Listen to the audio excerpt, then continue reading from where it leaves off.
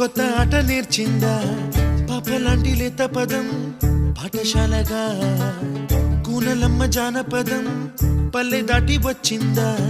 చవళిల జానతనం పాట చూపగా